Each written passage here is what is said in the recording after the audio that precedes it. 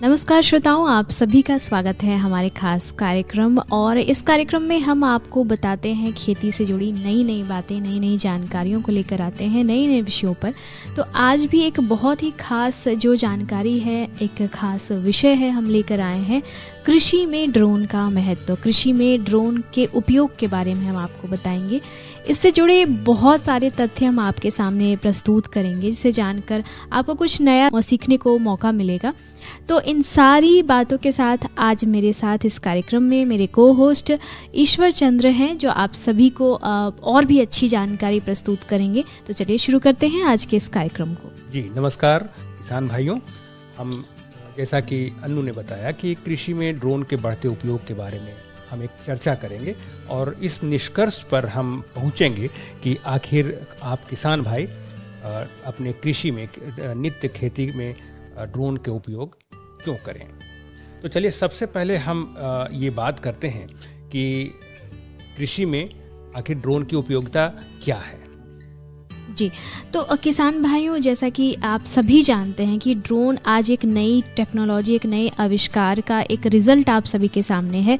तो बेहतर फसल उत्पादन के लिए ड्रोन का उपयोग किया जा सकता है और इससे आप बहुत सारी जो चीज़ें हैं अपने काम को आसान कर सकते हैं, लागत कम कर सकते हैं। और आपके पास अगर मजदूर नहीं है, लोग नहीं है, तो आप इस ड्रोन का उपयोग करके अच्छा उत्पादन प्राप्त कर सकते हैं। इससे आप सिंचाई कर सकते हैं, फसल स्वास्थ्य की निगरानी कर सकते हैं, मृदा की गुणवत्ता जान सकते हैं, कीटनाशकों के छिड़काव में भी ड्रोन आपकी मदद कर सकता है। जी किसान भाइयों, आप अक्सर समाचारों में सुनते होंगे कि ड्रोन का उपयोग युद्ध में किया जाता है। लेकिन ड्रोन एक ऐसा, इसे हम कृषि ड्रोन कहें, एक कृषि विमान कहें तो ज़्यादा बेहतर होगा। जैसे हम रामायण काल से ही पुष्पक विमान के बारे में हम सुनते आ रहे हैं कि उस विमान में बहुत जगह होती थी, मतलब उसके जो आकार जो था वो उस पर सवार होने वाले व्यक्तियों के अनुसार बढ़ता या घटता रहता था। इसी प्रकार से ड्रोन के बहुआयामी उपयोग हैं। फिल्मिंग के लिए बहुत दिनों से इसका प्रयोग होता आ रहा है। अब कृषि में पिछले कुछ सालों से इसका उपयोग बढ़ रहा है और साथ ही सरकार इसके ऊपर काफ़ी जोर दे रही है और आपको हम आगे इस कार्यक्रम में जानकारी देंगे कि किस तरीके से इस पर सब्सिडी भी दे रही है।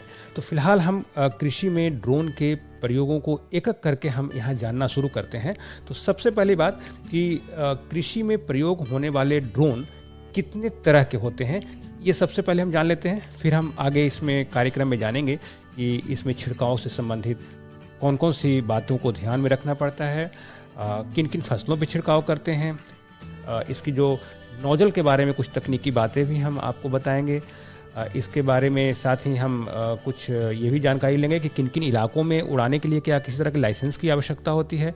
इसके साथ ही हम इसके मूल्य पे भी कुछ चर्चा करेंगे। लेकिन फिलहाल हम कृषि में उपयोग होने वाले ड्रोन के बारे में एक बार हम चर्चा कर लें। तो सबसे पहले हम एक ड्रोन की चर्चा करते हैं, वो है S550 यानी S550 स्पीकर ड्रोन, इसे आमतौर पर जानते हैं। इस ड्रोन की कीमत लगभग 4 से 5 लाख रुपए के बीच होती है। इस ड्रोन में GPS की भी सुविधा उपलब्ध होती है। यह एक साथ 10 लीटर तक का छिड़काव के लिए दवा ले जाने में सक्षम होता है। जी, दूसरा है कार्बन फाइबर एग्रीकल्चर ड्रोन। तो ये ड्रोन जो है बाजार में 3 से 4 लाख के बीच में आपको मिल जाएगा और यह एक साथ 10 लीटर तक का तरल छिड़काव के लिए अपने साथ ले जा सकता है। इस ड्रोन में एनालॉग कैमरा तकनीक होता है, जो कि फसलों की देख रेख के लिए जोड़ा गया है। जी, और ड्रोन की जो अगली कैटेगरी है, अगला टाइप है, वो है KT ड्रोन। यह ड्रोन बाजार में लगभग 3 लाख रुपए में मिल जाता है। इस ड्रोन में एक साथ में 10 से लेकर 100 लीटर तक का कीटनाशक एक साथ ले जाने की क्षमता होती है। इस ड्रोन में क्लाउड इंटेलिजेंस का प्रबंधन किया जा सकता है। जी, और अगले प्रकार के ड्रोन की हम बात करें तो वो है IG ड्रोन एग्रीकल्चर। यह ड्रोन जो है अपनी तीव्रता के लिए काफ़ी प्रसिद्ध है। लगभग 4 लाख की कीमत वाला ये ड्रोन तेजी के लिए जाना जाता है और ये 5 से 20 लीटर तक कीटनाशक एक साथ छिड़काव के लिए ले जा सकता है। तो मोटे तौर पे ये 4 एग्रीकल्चर ड्रोन अलग अलग कंपनियों के बाजार में उपलब्ध हैं। अब हम इसके एक चर्चा कर लेते हैं कि इसकी उपयोगिता कृषि के किन किन क्षेत्रों में। एक तो सिंचाई के लिए आप लोग जानते ही हैं, तो जो कृषि में जो उपयोग है इसका, देखिए कहाँ कहाँ हो रहा है। हमने जैसा कि शुरुआत में ही बताया कि बहुआयामी उपयोग हैं कृषि में इसके। तो सबसे पहले जो इसकी जो उपयोग है वो ख़राब मौसम में आपकी खेती की तैयारी जो है वो आप ड्रोन के थ्रू कर सकते हैं। और ख़ास करके बाढ़ग्रस्त इलाकों में इसकी उपयोगिता बहुत ज़्यादा होती है, जहाँ पर डूब एरिया होता है। आपको नीचे से ज़मीन बहुत ही प्लेन दिखाई देता है, लेकिन जब आप जैसे ही एरियल मोड में जाते हैं तो आपको खेती का जो असली जो स्वरूप है वो आपको दिखाई देता है। तो एक तो है कि ख़राब मौसम में आप खेती की तैयारी कर सकते हैं। दूसरा है कि ड्रोन के जरिए आप फसल स्वास्थ्य की जाँच कर सकते हैं। जी हाँ, उसमें कुछ इस तरह की तकनीकें होती हैं, इंफ्रारेड तकनीक होती है, जिसके जरिए ये एक जाँच करता है कि कौन सा हेल्दी प्लांट है, कौन सा सिक प्लांट है, यानी कि कौन सा बीमार प्लांट है, और कौन सा स्वस्थ प्लांट है। तो इस तरीके से ये फसल के स्वास्थ्य की जांच के आधार पर भी छिड़काव करता है। यानी एक बार में आप उठ करके पूरे खेती में अपने खेतों में छिड़काव कर देते हैं इंसेक्टिसाइड, यानी कि कीटनाशक या किसी भी तरीके का अलग अलग तरल पदार्थों का। तो इसमें एक कस्टमाइज तरीके से आप अपने फसलों में छिड़काव करते हैं। दूसरी तरफ इसमें एक जो बड़ा उपयोग है खेती में, इसका रसायनों का विवेकपूर्ण तरीके से उपयोग होता है। यानी जैसा कि हमने बताया कि आप सभी फसलों को एक जैसा ट्रीट नहीं करते, यानी कि हर इंसान की अलग अलग समस्याएं हो सकती हैं। कुछ इंसान कमज़ोर हो सकते हैं, कुछ इंसान मजबूत हो सकते हैं, किसी को कुछ चीज़ की ज़रूरत हो सकती है, किसी को नहीं हो सकती है। इसी प्रकार से फसलों में भी होती है। तो इस ड्रोन में कुछ जो सेंसर लगे होते हैं, उस सेंसर के जरिए रसायनों का विवेकपूर्ण उपयोग होता है। साथ ही इसमें पशुधन प्रबंधन में भी बहुत ही इसकी एक उपयोगिता आई है कि जो कुछ ऐसे ड्रोन मिलते हैं जो मॉनिटर करते हैं। अगर आप लार्ज स्केल पे कैटल फार्मिंग करते हैं तो आपके पशुधन को भी ये प्रबंधित करती है कि कहाँ कहाँ तक फसल चारे के लिए वो जा रहे हैं। साथ ही अगर आप कुछ हॉर्टिकल्चर क्रॉप में आगे बढ़ रहे हैं, बागवानी फसलों के लिए आप पेड़ लगाने का एक प्लानिंग कर रहे हैं, तो इसके लिए आपका ड्रोन बहुत मदद करता है। आपको मैपिंग करता है कौन सा लो लैंड है, कौन सा अपर लैंड है। तो ये एक उपयोग है। साथ ही जियो फेंसिंग जो है वो आपको ड्रोन के जरिए मिल जाता है कि आप जियो फेंसिंग के जरिए उस इलाके का आप आसानी से खेती कर सकें। फसलों पे छिड़काव का तो आप जानते ही हैं कि इसमें बहुत ही आसानी से किया जा सकता है।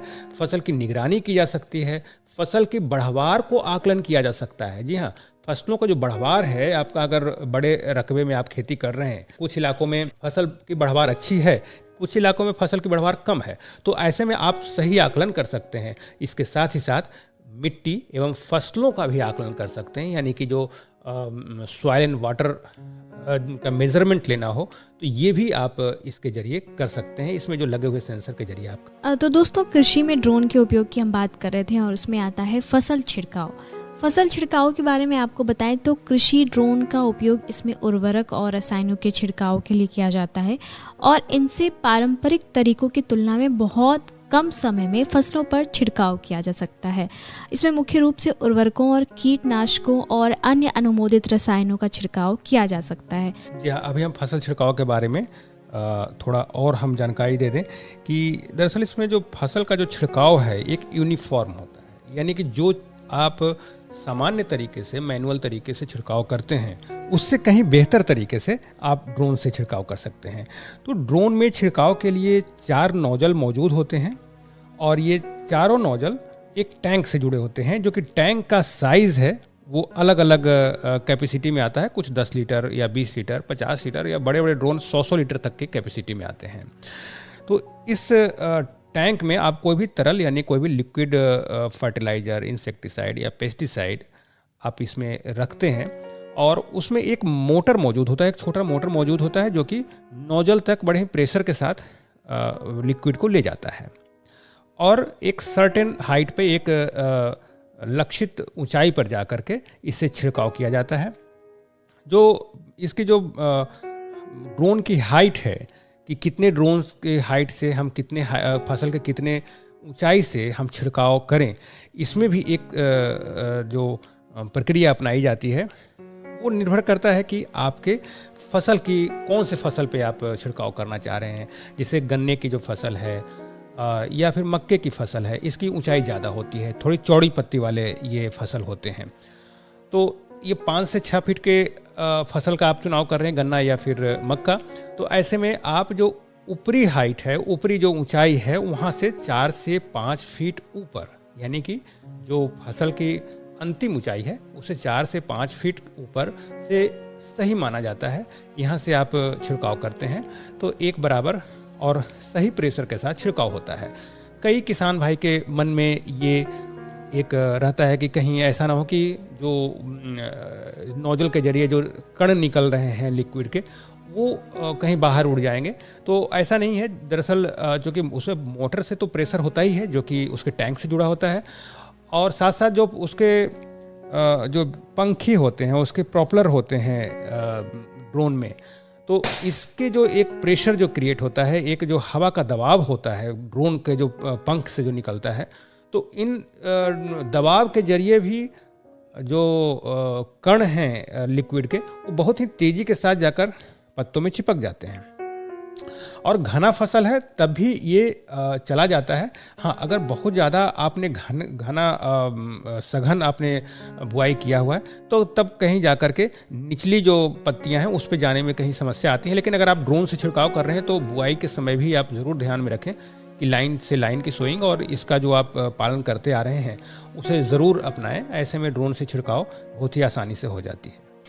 तो ये तो आपने बता दिया कि क्या इसकी संरचना कैसी होती है, इसमें क्या होता है, इसमें जो है वो कितने मात्रा में छिड़काव कर सकते हैं, कितना लीटर आप ले जा सकते हैं, सारी चीज़ें आपने बता दी। लेकिन हम बात करते हैं इसे उड़ाने की। अगर हम कहीं पे छिड़काव कर रहे हैं, कुछ जोन के बारे में भी क्या कुछ ऐसा नियम है कि कहाँ पे इसका हम परिचालन कर सकते हैं, कहाँ पे नहीं कर सकते हैं, ऐसा कोई नियम है?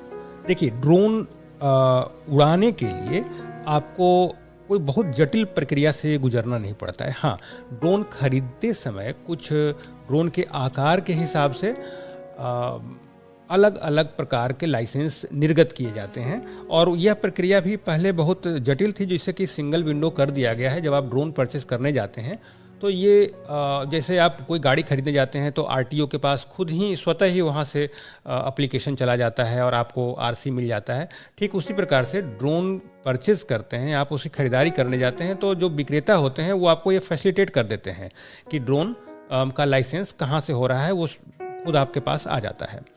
दूसरी बात कि आप किराए पर, आप भाड़ा पर लेकर ड्रोन चला रहे हैं तो आपके परिक्षेत्र के बारे में जानकारी होना चाहिए।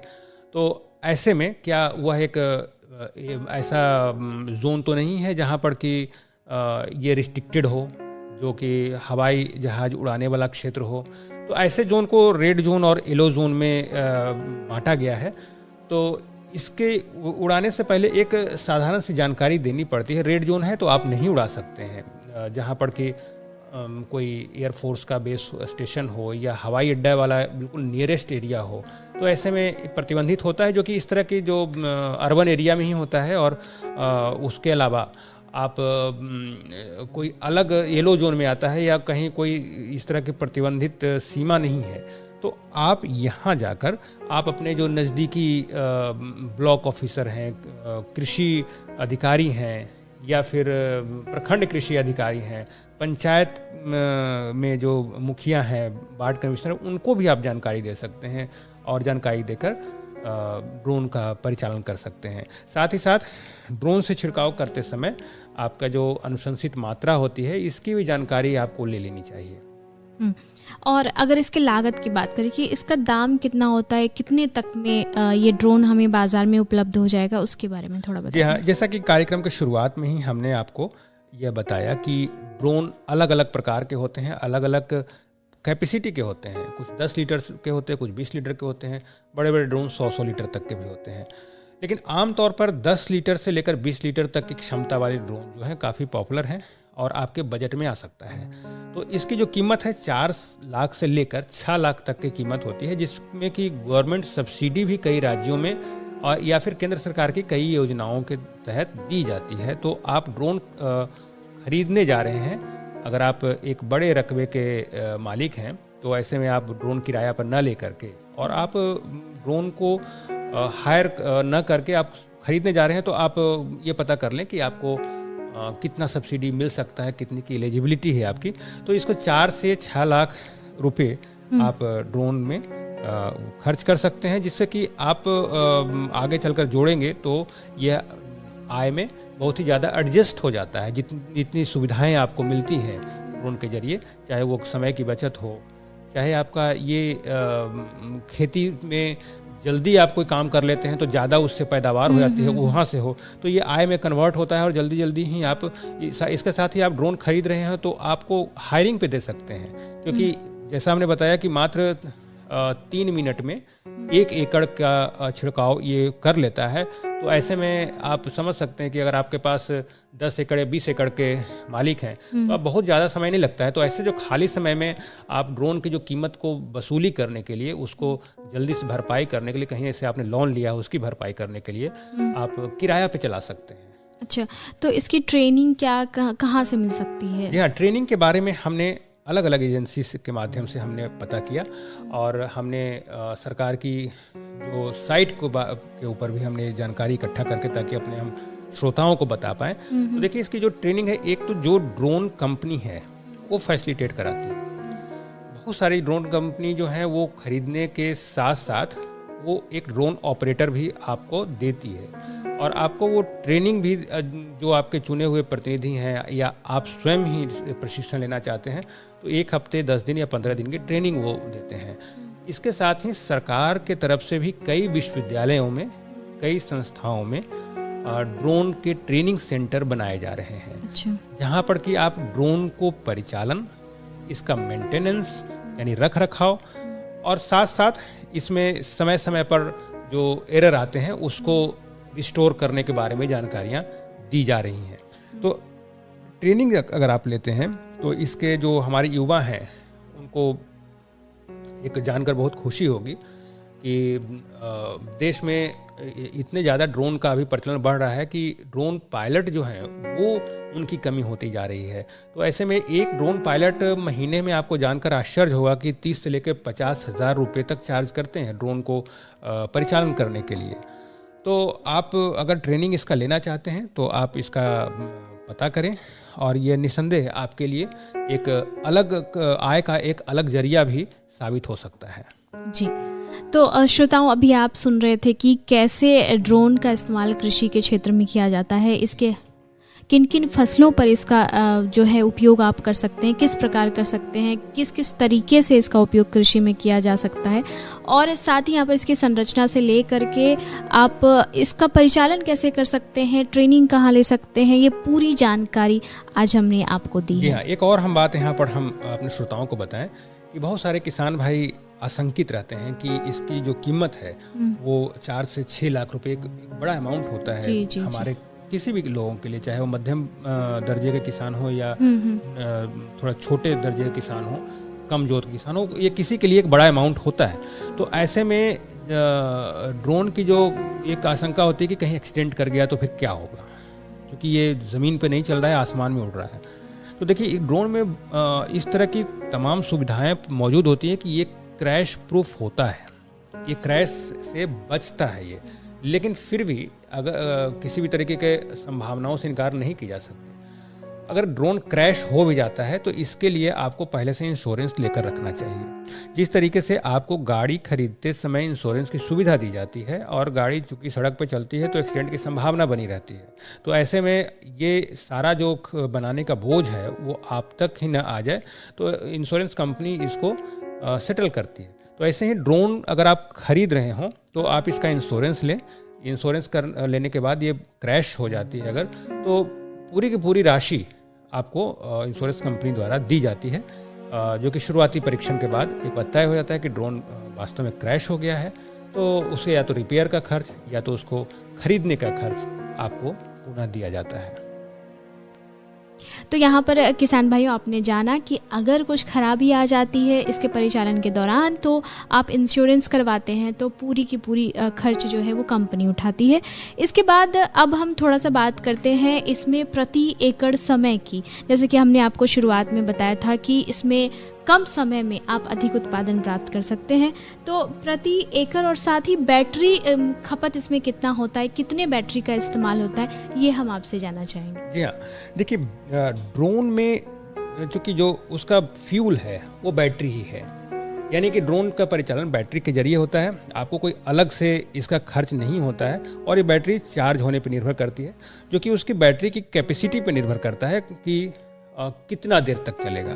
तो एक बैटरी जो है वो 16,000 mAh का होता है, जैसे आपके मोबाइल के बैटरी का भी होता है 5,000 mAh का बैटरी होता है, किसी मोबाइल का 6,000 mAh का बैटरी होता है। तो इतनी जानकारी तो हर किसान भाई को हो गई है कि बैटरी की कैपेसिटी क्या होती है। तो ड्रोन में भी जो बैटरी है वो करीब 2 से 3 किलो का वजन का होता है, और उसका जो कैपेसिटी है वो 16,000 mAh से लेकर के 27,000 mAh तक की होती है, या इससे अधिक के भी हो सकती है।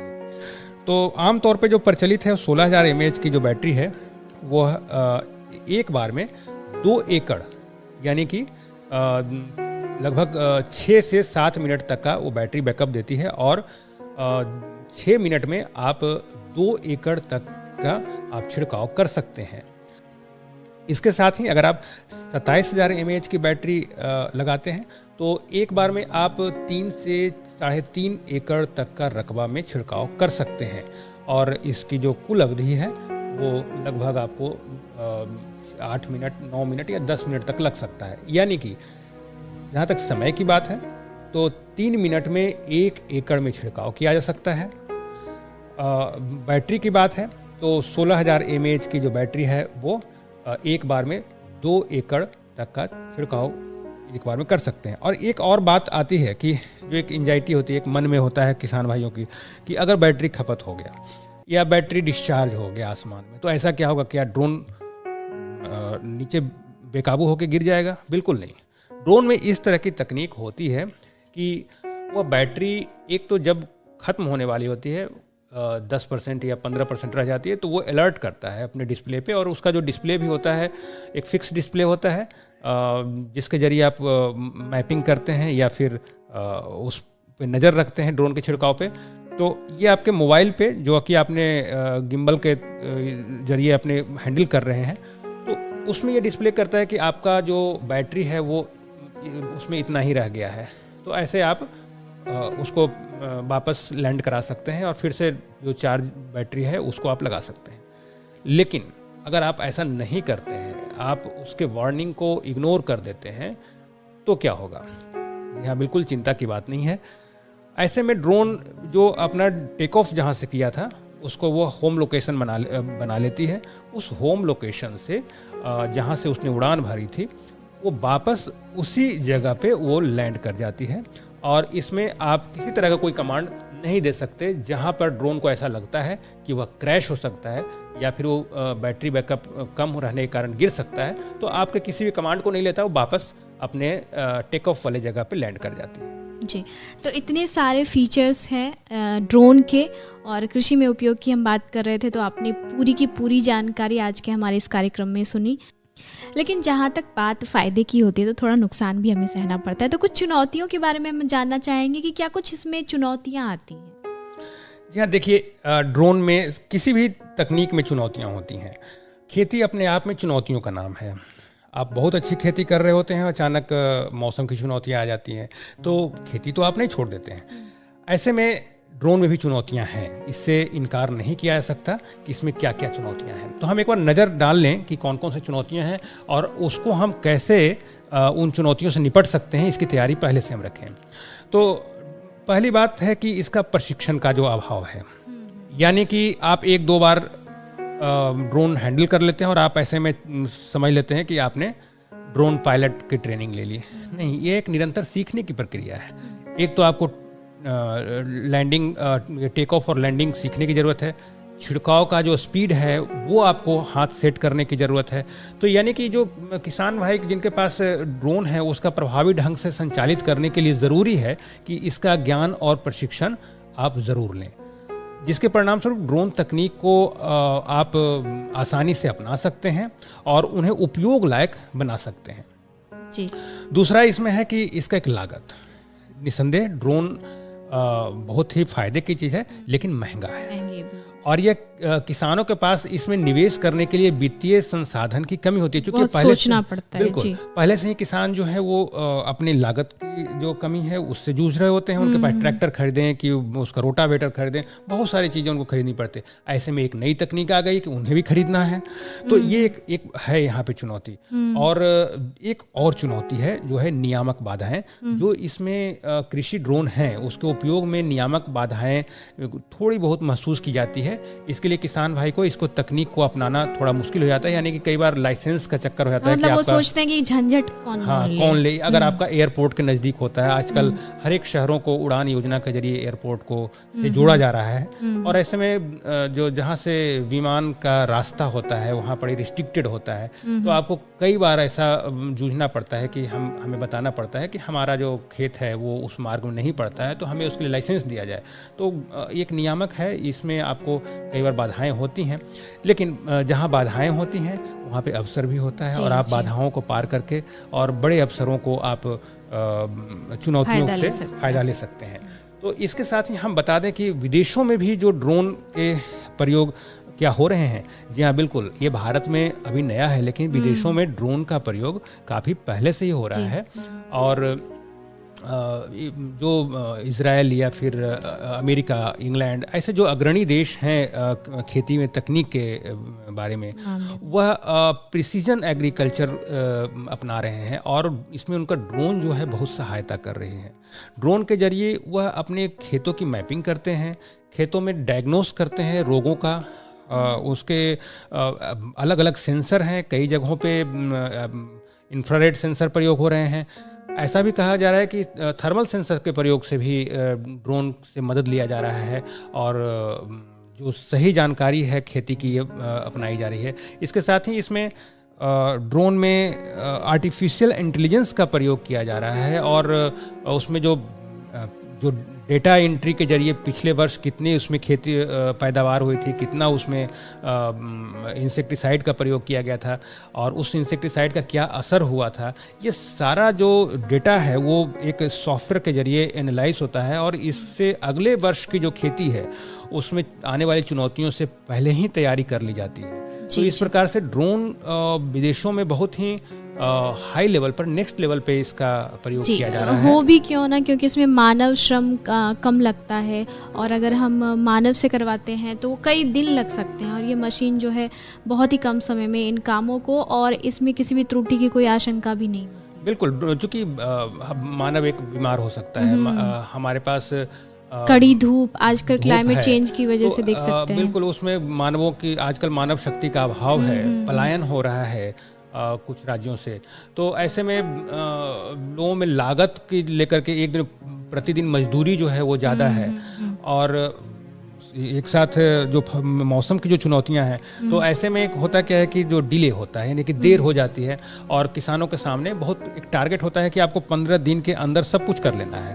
तो जो छिड़काव जो है वो अगर आप मैनुअली करते हैं, लंबे समय तक जूझते रहते हैं, तो इन सब चीज़ों से निजात पाने का बहुत सारे फार्म मैकेनाइजेशन हो चुके हैं। उसमें से एक यह भी मशीन आपका एक सारथी है, और आप इसके प्रयोग से, इस जो कृषि विमान के प्रयोग से, आप इसे एक पुष्पक विमान की तरह आप अपनी खेती की जो उड़ान है वो उसे ऊंचाइयों तक ले जा सकते हैं। जी जी। तो किसान भाइयों, आज आपने जाना कृषि में ड्रोन के महत्व के बारे में, और जैसा कि ईश्वर सर ने आपको बताया कि बाधाएं आएंगी, चुनौतियां आएंगी, लेकिन आप पार कर जाते हैं तो आप उसका फ़ायदा ही फ़ायदा उठा सकते हैं। तो इसी प्रकार ड्रोन में लागत आपको ज़्यादा लग सकता है, लेकिन आपको सब्सिडी भी मिलेगा, इस बात का ध्यान रखें। और आप अगर ड्रोन खरीद लेते हैं, इसका उपयोग करते हैं, तो आपको फ़ायदा ही फ़ायदा मिलेगा। जी, बहुत बहुत धन्यवाद। हम इसी प्रकार के और भी अन्य कार्यक्रम लेकर हाजिर होते रहेंगे। तब तक के लिए नमस्कार।